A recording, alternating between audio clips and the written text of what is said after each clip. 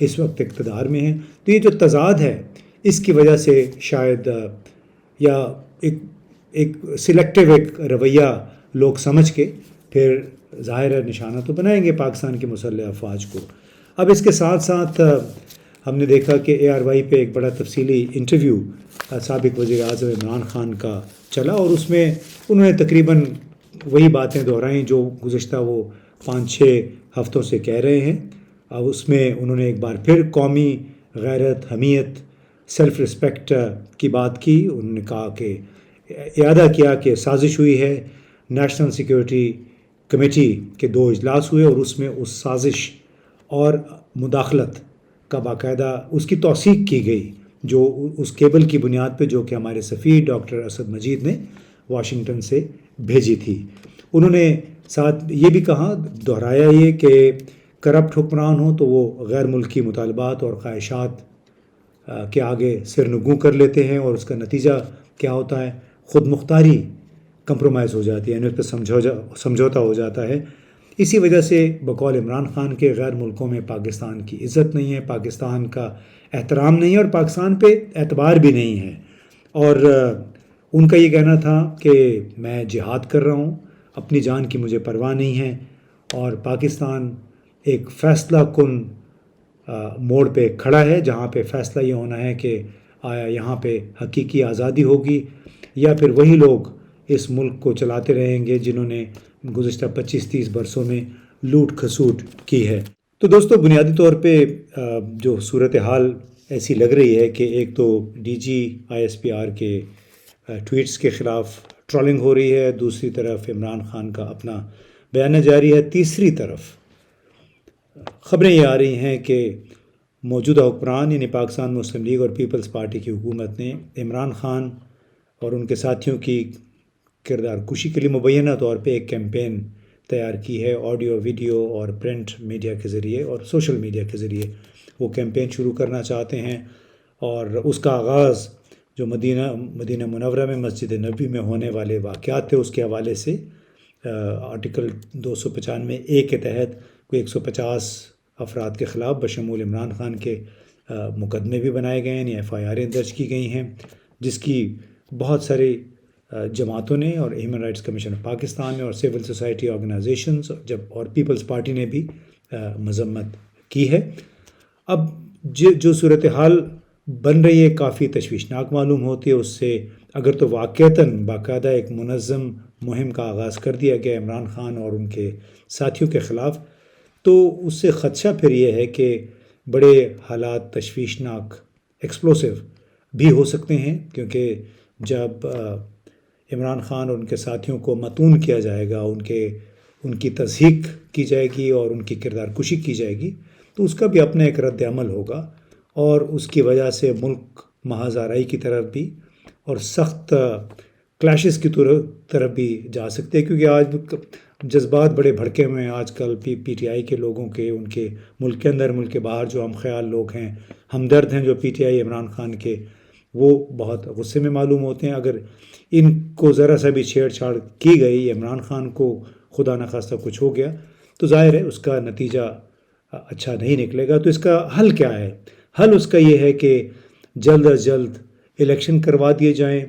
جو کردار کشی اور کریکٹر اسیسینیشن اور بدنامی کرنے کے لیے عمران خان کو، ان کے ساتھیوں کو جس مہم کا منظم طور پہ آغاز ہو رہا ہے، اس مہم کو روکنا پڑے گا.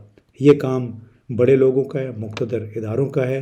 مسلح افواج کی بھی ایک ذمہ داری اس میں بنتی ہے کہ ان لوگوں کو، یعنی جو عمران خان کے مخالف لوگ ہیں، ان کو ایسے کاموں سے روکا جائے جو اس ملک میں مزید انتشار، محاذ آرائی اور سیاسی پولرائزیشن کا سبب بن سکتے ہیں. یہ ہر صورت میں جو اس ملک کے بڑے ہیں انہیں اپنا یہ کردار ادا کرنا ہوگا، ورنہ یہ ملک خانہ جنگی کی طرف بھی جا سکتا ہے. جو انتخابات کا معاملہ طوالت اختیار کرتا جائے گا، تو شدید کشیدگی، محاذ آرائی اور خانہ جنگی کا خطرہ بھی بڑھتا رہے گا. تو جناب، یہ تو بات ہو گئی عمران خان کی. DG ISPR کی. لیکن ان سے جڑی ہوئی ایک اور بات ہے، تاریخی واقعہ ہے کہ پاکستان کی خود مختاری کا سودا، اس پہ کمپرومائز کب شروع ہوا. جو مجھے یاد پڑتا ہے وہ تھا مارچ 2000، جب جنرل پرویز مشرف نے کو اقتدار پہ قبضہ کیے ہوئے کوئی 1.25 سال ہو چکا تھا. امریکی صدر بل کلنٹن پاکستان آئے. بھارت میں 5 دن کا شاندار ان کا وزٹ تھا. وہ گزارنے کے بعد محض 4.5 گھنٹے کے لیے وہ اسلام آباد آئے. لیکن یہ وہ موقع تھا جب پاکستان کے صدر نے، مسلح افواج کے سربراہ نے پاکستان اسلام آباد ایئرپورٹ سے لے کے اسلام آباد کے ایوان صدر تک کی سیکیورٹی عملاً امریکی سیکیورٹی کے حوالے کر دی تھی. یعنی یہ پہلا سمجھوتا تھا جو پاکستان کی خود مختاری کا ہوا. اسلام آباد ایئرپورٹ سے لے کر اسلام آباد کے ایوان صدر، وزارت خارجہ تک تمام راستے بند تھے. لیفٹ لین میں انہوں نے پرواز کی، اور کلنٹن جس طیارے میں اسلام آباد پہنچے وہ بھی ایک ڈیکوئے تھا. یعنی ان کے اصل طیارہ جو ہے وہ ان کے آگے آگے تھا، اور وہ طیارہ جو ایسکارٹ کے طور پہ آتا ہے اس میں وہ خود سوار تھے. اور وہ جب پہنچے تو اسلام آباد ایئرپورٹ سے لے کے یہاں ایوان صدر تک مکمل طور پہ سیکیورٹی ان کے میرینز کے حوالے تھی.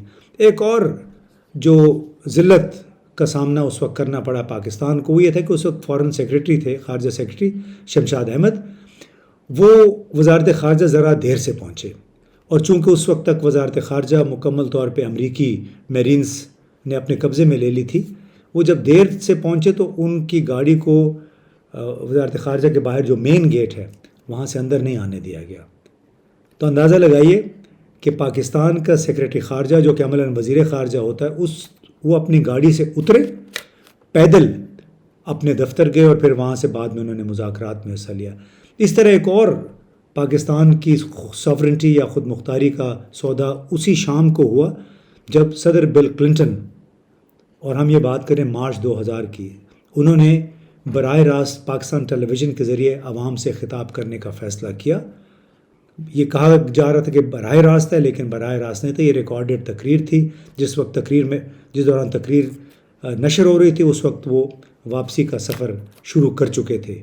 تو یہ مجھے آج ایک ڈینیل مارکی ہیں کتاب انہوں نے لکھی تھی، نو ایگزٹ فرام پاکستان.